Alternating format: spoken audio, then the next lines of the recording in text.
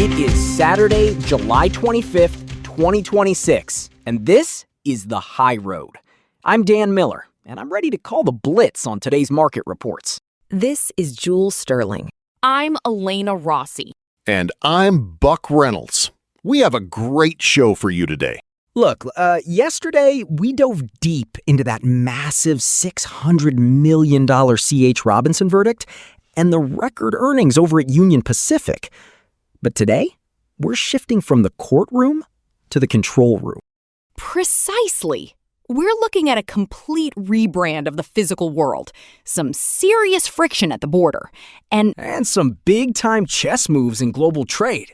Bottom line, if you're moving freight, the rules just changed again. It really feels like we're at a tipping point, right? I mean, seeing Samsara hit $2 billion in annual recurring revenue this week, that's not just a big number. It's a signal. Oh, it's a huge signal, Jules. It's like seeing a small market team suddenly pull off a back-to-back championship. They just rebranded to Physical AI.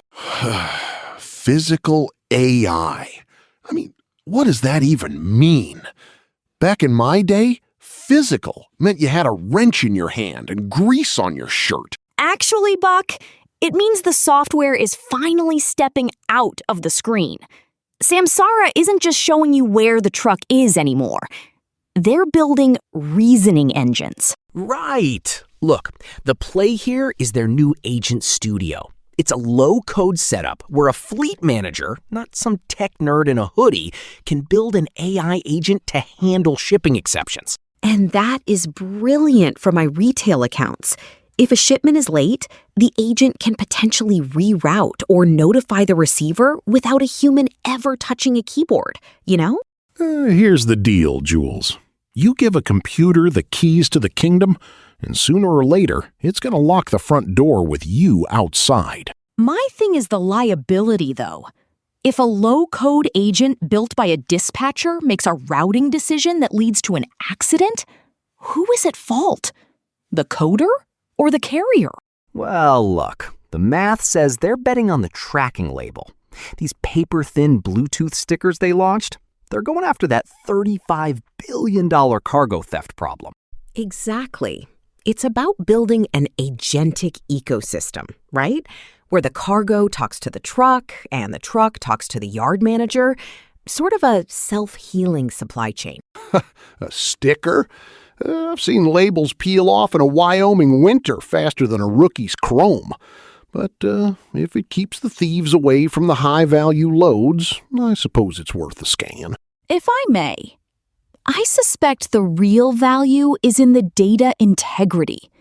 We spend so much time in claims just trying to prove where the loss occurred. If the label is autonomous, the truth is baked in. Bottom line, Samsara is growing 30% year over year, while the rest of the market is, grinding it out in the trenches. They're becoming the orchestration layer for the whole game. Speaking of the physical world being reconfigured, have you guys seen the photos from the Windsor side of the Gordie Howe International Bridge? It was a bit of a lonely party yesterday. Lonely is an understatement. Canada held a solo ribbon cutting. No Americans in sight. I mean, after the White House slapped those 50% tariffs on Canadian goods, it got frosty quick. It's like the Super Bowl was canceled 5 minutes before kickoff. This is a $4.7 billion bridge, the most advanced crossing in North America. And the mood is, it's a funeral. It is a tragedy of timing. The bridge is technically a masterpiece. It connects Ontario's 401 directly to I-75 in Michigan. No more 17 stoplights through the local streets of Windsor. And that's a huge win for my automotive clients, right? Direct highway-to-highway connectivity is the dream. It's going to shave so much time off the cross-border transit. If the trucks actually get to cross, Monday at noon they open the gates to commercial traffic. But with these tariffs, I don't know if we're going to see a flood or a trickle. Here's the play, though. The tech at this port is next level. We're talking fixed X-ray facilities that can scan trucks while they're moving. total non-intrusive inspection at scale. Actually, you see, the Canadian side has 24 primary inspection lanes. They can reconfigure them in real time. Dynamic lane management. If they have a surge in reefers, they just flip a switch. It's so efficient, but the diplomatic friction is, well, it's sort of overshadowing the engineering. You have the largest land port in North America, and the two neighbors aren't even speaking. My thing is, I've spent thousands of hours sitting at the Ambassador Bridge. I don't care about the politics. I care about the fuel I'm burning while I'm idling. If this bridge moves the needle, I'm for it. Bottom line, the bridge opens Monday. It's a 60-lane wide handshake that nobody wants to give right now. But the freight doesn't care about feelings. It just wants the path of least resistance. Well, since we're talking about things that actually work, we need to talk about the shop. The Technology and Maintenance Council just dropped a major update this morning. You're talking about the RP 543A update for lockout tagout? It was long overdue. You bet it was. For the first time, we have official guidance for classes 2 through 8 on high voltage systems. Electric, hybrid, hydrogen. It's a whole different ballgame for safety. See, that's where the market nerd in me gets worried.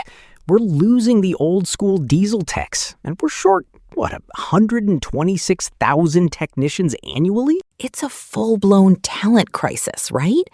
We're asking guys who used to change oil filters to basically become high-voltage IT troubleshooters. That is a massive leap for a workforce. Which is why the DOT's Freedom Haulers campaign is so critical. Secretary Duffy announced it yesterday, specifically targeting veterans to fill those gaps in the driver and tech seats. I mean, it's a smart move. Veterans understand chain of command and high-stakes safety. But here's the deal. You can't just put an ignition key in your pocket anymore to lock out a truck. Wait, really? Is that what the update covers? Exactly. These 2026 models have residual electrical energy. They have chemical hazards in the batteries. If you don't follow the new LODO protocols, that truck can still bite you when it's off. Complacency is the precursor to catastrophe, as I always say. If the shop protocols don't evolve as fast as the drivetrains, we're going to see a spike in industrial accidents. But if we get the veteran recruitment right, maybe we can stabilize the labor market, you know? It's about building a pipeline of reliability, which is what shippers are actually paying for now. I'm just glad to see some common sense coming out of the TMC. Safety isn't just a manual on the shelf. It's a living practice. Hey, before we move on to the fiscal squeeze and these fuel taxes, we have a quick note from the folks who keep our lights on. Strategic logistics requires world-class engineering, and this show is powered by the stack developed by Eric Christensen at Neural Network Media. We support the architect behind the code. If you want to see the data we're looking at, visit our Patreon at patreon.com/neuralnetworkmedia. You get a free trial and access to our daily briefing PDF. Check it out. Support the tech that makes the truth possible. All right, back to the reality check. If you're running routes in Maryland or Washington State, your July 1st statement probably looked a little ugly. Don't remind me. Maryland's gas tax is up to 46.6 cents. Diesel is over 47. It's like the defense is playing with 12 men on the field and the ref isn't looking. And it's not just Maryland, right? Washington is doing an annual inflationary adjustment now. 2% every July. It's becoming automatic. The thing is, for a small fleet, these incremental hikes are a slow bleed. If you don't have a robust fuel surcharge in your contract, you're eating that cost. My thing is the drivering crackdown in Canada, though. The CRA is finally putting the hammer down on misclassifying drivers as independent corporations just to dodge taxes. That's a huge play. It levels the playing field for the big carriers like Schneider or Knight Swift who are doing it by the book. It's about taking the black market out of the labor pool. It's sort of a perfect storm, you know? You have rising fuel taxes, a crackdown on labor models, and then the FMCSA is dealing with technical delays on digital medical records. Actually, they had to issue emergency waivers because the system is so bogged down that drivers were risking disqualification just because a server crashed. Well, this is what I mean about relying on silicon. When the paper records worked, I never had to worry about a server telling me I couldn't drive. Bottom line, the fiscal squeeze is real. But look at the rail side. Canadian National just crushed their Q2 earnings. Profit is up and they raised their guidance. CN is reporting revenue growth of 11%, hitting over $3.3 billion. They're seeing a massive surge in petroleum and fertilizer. That is such a K-shaped recovery. You have regional trucking companies filing for bankruptcy and cutting 1,200 jobs in 2 weeks, but the rails are on fire. It's a chess match. Shippers are moving to intermodal because it's predictable. CN's car velocity is up 3%. They're absorbing the growth that the trucking market is losing because of the congestion. Well, reefer is still the king of the road. $151 billion market in 2026.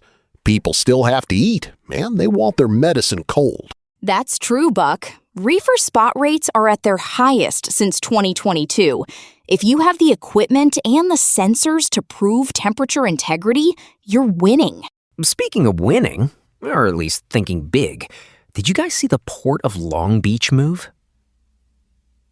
Nuclear-powered shipping is officially on the table.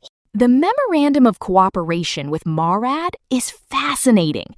They're looking at small modular reactors, SMRs, to power the port and the vessels. Nuclear trucks? I draw the line at glowing in the dark, Dan. Actually, Buck, it's about barge-mounted reactors. Bluecore Energy is building floating power plants. It insulates the port from the local grid. If the grid goes down, the port keeps moving. And the American Bureau of Shipping just gave approval in principle for a 15,000 TEU nuclear container ship. That's a total game changer for decarbonization. It's the ultimate asset-right play. If you don't have to worry about fuel price spikes because you've got a reactor in the hull, your margins are basically locked in for 20 years. Here's the deal, though. Who is going to maintain a nuclear engine? You think we have a tech shortage now? Wait until you need a physicist to change a head gasket. My concern is the security risk. We already have cargo theft issues. Now imagine a vessel with a reactor being a target for geopolitical retaliation. It's a liability nightmare. Look, speaking of geopolitical retaliation, we have to talk about the main event. This Google tariff is about to blow the roof off the transatlantic trade. It's getting so tense, right? The EU fined Alphabet $1 billion under the Digital Markets Act, and now President Trump is moving to Section 301 tariffs as a direct response. We are looking at a 10 to 12.5% tariff on EU goods. It's inclusive of almost everything from 60 to 80 different countries. It's Trade War 3.0. The U.S. is using the Trade Act to investigate discriminatory regulatory practices. They're basically saying, you fine our tech companies, we tax your wine and car parts. The EU is breathing a sigh of relief because it's only 10% and not 15%. But that is a very thin silver lining, don't you think? I mean, for the guy hauling those containers from the port to the warehouse, it just means less freight. High tariffs mean high prices, and high prices mean people stop buying. Not necessarily, Buck. This is driving the sovereign logistics trend. Companies are de-risking by moving their manufacturing out of the line of fire. It's making the Mexico-U.S. border even more valuable. But the Turnberry Agreement is basically a dead letter now. If we can't maintain a stable trade relationship with our largest partners, the supply chain becomes a permanent state of tension. Exactly. It's no longer about episodic disruptions, like a storm or a strike. It's a structural volatility. You have to build your entire logistics strategy around the idea that a tweet or a fine can change your landed cost overnight. It's like playing a game where the boundaries move every time the ball is snapped.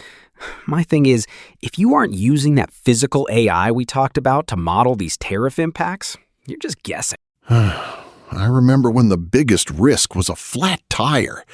Now I need to worry about the Digital Markets Act in Brussels before I pick up a load in Savannah. Actually, you see, the Section 301 investigation is the real teeth. It allows for broad spectrum retaliation. We could see critical items lose their exemptions, except maybe aircraft parts and medicine. Sort of feels like the decoupling is finally hitting the retail shelf, you know? We've talked about it for years, but now the math is undeniable. Bottom line, freight moves on handshakes. But those handshakes are getting a lot more expensive. If you aren't factoring in a 10% buffer on your EU lanes, you're already behind. And with the USPS fraud issues and the decoupling of AV tech from overseas markets, the integrity of the whole system is under fire. I'll tell you one thing. The guys who survive are going to be the ones who keep their equipment clean and their eyes on the road. All this tech and policy, it still ends with a truck on the asphalt. That's the truth, Buck. Look, at the end of the day, you can have all the AI agents in the world, but someone has to move the box. A human relationship that needs tending, right? Behind every GPS dot is a person trying to navigate this chaos. Well, look, that's all for today's High Road. We covered the nuclear future, the bridge to nowhere, and the tariff war that's just getting started. Stay focused out there. Bye. Actually, goodbye. Later. Keep the shiny side up.